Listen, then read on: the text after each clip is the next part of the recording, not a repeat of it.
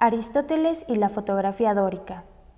El vínculo más famoso entre Aristóteles y la fotografía es haber descubierto el fenómeno óptico que después de siglos se reconocerá como la cámara obscura. Sin embargo, la relación con el filósofo griego puede ir más allá del ámbito técnico, que si bien es importante, no es el único que nos ayuda a comprender el fenómeno de lo fotográfico. Por ello, Aristóteles puede extendernos la mano, ofrecernos escritos como la Poética y empujarnos a ver el movimiento de la periferia al centro que recorre la fotografía. Como veremos, se trata de un movimiento muy similar al que caracterizó los inicios de la comedia griega. Suena descabellado, pero existe un lado de la fotografía que, como los orígenes de la comedia, se sitúa en la periferia de los centros de legitimación cultural. Clément Chérot, en su libro La fotografía vernácula, nos explica que lo vernáculo se refiere a toda producción que se destina al consumo doméstico y se mantiene en la periferia de la comercialización. En este sentido, una de las principales zonas de la fotografía vernácula es la familia. Retratos de primeras comuniones, fotografías de boda, las imágenes tomadas en los pueblos y principalmente toda la producción de los amateurs. Nos encontramos con una vasta producción de imágenes, que son útiles en el ámbito doméstico, que tienen cualidades estéticas propias, pero que se producen al margen de la esfera artística y mercantil. Por ello, la fotografía vernácula parece rozar uno de los sentidos que tuvo la palabra comediante y que es recordado por Aristóteles. Se dice que en sus comienzos, los comediantes ganaron su nombre de la palabra griega komos, que quiere decir aldea suburbana. Se trata de personajes que habían sido expulsados de las ciudades, que vagabundeaban por las aldeas dorias y se dedicaban a lanzar yambos, cantos populares llenos de sátiras, ironías, burlas y temas risibles, elementos que quedaban fuera de los temas y personajes serios como los que trataba la épica o la tragedia. Además, el verso yámbico se caracteriza por su ritmo cercano al que tenemos en nuestras conversaciones diarias, un ritmo espontáneo y simple en su composición, de modo que si buscáramos la fotografía que lanza yambos dóricos, la que no es producida con pretensión artística, sino a modo de improvisación cotidiana, popular y que se encuentra en la periferia de los centros culturales, tendría que ser la fotografía vernácula. Hay otro rasgo que nos permite dar un tirón desde los tiempos de Aristóteles. Nos referimos al hecho de que la cultura griega prestó atención bastante tarde a esa forma espontánea y popular que fue la comedia en sus inicios. En efecto, mientras que los griegos conocían los principios de la tragedia y quienes habían abonado en cada una de sus partes, en el caso de la comedia se les había escapado, debido a que no se le había tomado en serio desde el principio. Esto ocasionó que se comenzaron a recordar los primeros poetas cómicos hasta el momento en que ya se tenían estructuras y formas propias de la comedia, proporcionadas por quién y en qué momento lo ignoraban. El destino de la fotografía vernácula no ha sido muy diferente. Así lo deja ver Clément Chérot cuando apunta que la fotografía doméstica y amateur ha sido la más despreciada por los centros de legitimación cultural. Una de las razones es que en dichos centros se ha considerado que las imágenes de esta clase no tienen calidad, siendo producidas sin voluntad artística.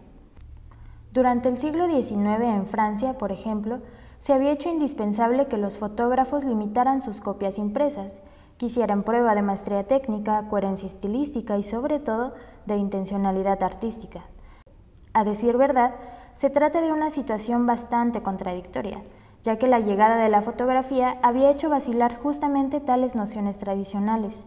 Laszlo Moholy-Nagy nos recuerda que las prácticas que trataron de dar a la fotografía un estatus artístico estaban influidos por los conceptos estéticos de la pintura, y en este punto, Moholy-Nagy llama la atención sobre el ámbito excéntrico en que se producen fotografías sin la preocupación de darles algún carácter artístico. Este sería el caso de las investigaciones científicas, trabajos policiales, reportajes y álbumes de familia. Por lo tanto, como sucedió con los inicios de la comedia griega, las estructuras y formas propias de la fotografía vernácula también han pasado un tanto desapercibidas, sobre todo cuando solo se ha ponderado a las imágenes que buscan inscribirse en los parámetros del arte.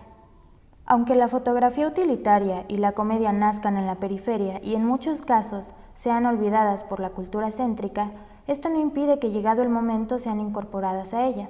Sin embargo, Esta incorporación solo puede darse a partir del momento en que lo periférico pierde su utilidad original y se encuentra, por así decirlo, fuera de servicio.